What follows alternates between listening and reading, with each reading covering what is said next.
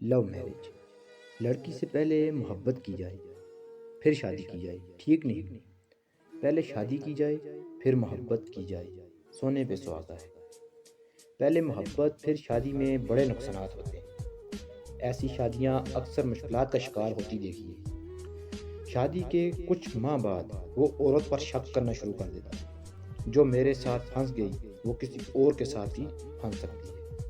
یہ وہم گھریلو سکون کو تہو بالا کر دیتا ہے۔ آپ پوچھ سکتے ہیں کیا ارینج میرج میں خاوند کو یہ وہم نہیں ہو سکتا کہ اس کی بیوی کسی اور کے ساتھ سیٹ ہو سکتا ہے، مگر وہ لڑے گا نہیں، کیونکہ اس کا اپنا تعلق نہیں ہے۔ اس لیے اس طرح کی بات کرتے ہوئے یا سوچتے ہوئے ہچکچاتا ہے۔ شادی کو خوشحال بنانے کے لیے اعتماد بہت ضروری ہے۔ کسی نے کیا خوب کہا کہ عورت کے لیے یہ بہتر ہے کہ وہ اس سے شادی نہ کرے جس سے وہ محبت کرتی ہے، بلکہ اس سے کرے جو اسے پیار کرتا ہے۔ جب تک حق الیقین نہ ہو جائے اعتماد بحال رکھے۔ دو آدمی اپنی بیوی پر شک کرتے ہیں، ایک وہ جس نے لو میرج کی اور دوسرا وہ خاوند جس کی بیوی اس سے 10-20 سال چھوٹی ہو۔ ایک آدمی بس چلاتا تھا، اس نے لو میرج کی، کچھ ایام تو خوب گزرے۔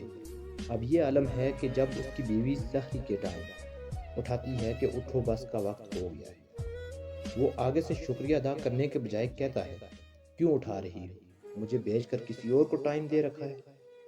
اب لڑکی بھی بول نہیں سکتی کیونکہ وہ شادی سے قبل چھپ چھپ کر ملتی رہی ہے۔ ملنے سے مراد بات کرنا نہیں، بوس و کنار ہے۔ گھریلو زندگی کو خوشگوار بنانے والا بہت عظیم انسان ہوتا ہے۔ بہتر اور اچھا انسان وہ ہوتا ہے جسے اس کے گھر والے اچھا کہیں۔ شادی سے قبل جو گرم جوشی اور محبت بھری باتیں ہوتی ہیں وہ عموماً چند ماہ کے بعد ختم ہو جاتی ہیں، کیونکہ جس شے کے حصول کے لیے وہ کوشاں تھا وہ تو مل گئی، اور اب وہ اس پر اپنا حق سمجھنا شروع کر دیتا ہے، اسے اپنی ملکیت سمجھتا ہے۔ 1-2 سال کے بعد بیوی گھریلو اشیاء کے زمرے میں آ جاتی ہے۔ جس طرح میز، کرسی، بیڈ، برتن وغیرہ، یہ تمام اشیاء گھر میں موجود تو ہوتی ہیں، مگر جی چاہا توجہ دی، جی چاہا نہ دی، بس یہی سے دوری بڑھنا شروع ہو جاتی ہے۔ شادی میں مردوں کی آزادی چھن جاتی ہے اور عورتوں کی خوشی۔ اچھے میاں بیوی وہ ہوتے ہیں جو کشش کو برقرار رکھیں۔ اس لیے بہرا خاوند اور اندھی عورت ہمیشہ اچھے قابل ثابت ہوتے ہیں۔ عورت تعریف سننے کی بہت خریش ہوتی ہے، خصوصاً محبوب سے۔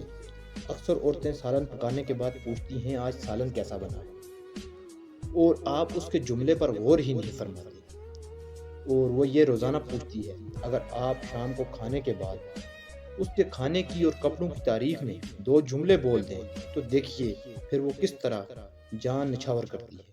میں جانتا ہوں کہ شادی سے پہلے والا پیار آپ نہیں دے سکتے، یہ نفسیاتی بات ہے، لیکن آپ بالکل بھی اگنور نہ کریں۔ اسے 24 گھنٹوں میں 15-20 منٹ ضرور دیں، جس میں صرف اس کی تعریف کریں، اس سے اس کی باتیں کریں۔ مرد شادی کے 1-2 سال بعد اس طرف دھیان ہی نہیں دیتے، صرف اس وقت تعریف کریں گے یا پیار کریں گے جب عورت سے کچھ لینا ہو۔ اس تعریف اور پیار کی عورت کے نزدیک کوئی اہمیت نہیں رہ جاتی، وہ مجبوری کے تحت تمہارے قریب آ جائے گی، مگر کیا فائدہ۔ پھول یہ محبت کی علامت سمجھے جاتے ہیں۔ اگر آپ رات کو گھر داخل ہوتے وقت ایک پھول بیوی کو پیش کر دیں تو کیا مول رکھتا ہے، مگر آپ کا ایک پھول بیوی کو دینا اس کے من میں خوشیوں کا گلستان لگا سکتا ہے۔ جب اس کے من میں خوشیوں کے پھول ہوں گے پھر وہی پھول وہ گھر میں لگائے گی اور گھر کو جنت بنا دے گی۔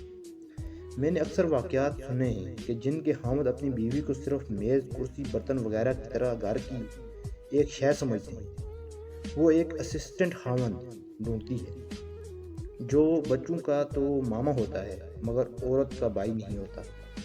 وہ سہاگ رات کو وعدے کرنے کے بعد ایفائے عہد کیوں نہیں کر رہی، صرف اس لیے کہ آپ اسے کوئی توجہ نہیں دیتے۔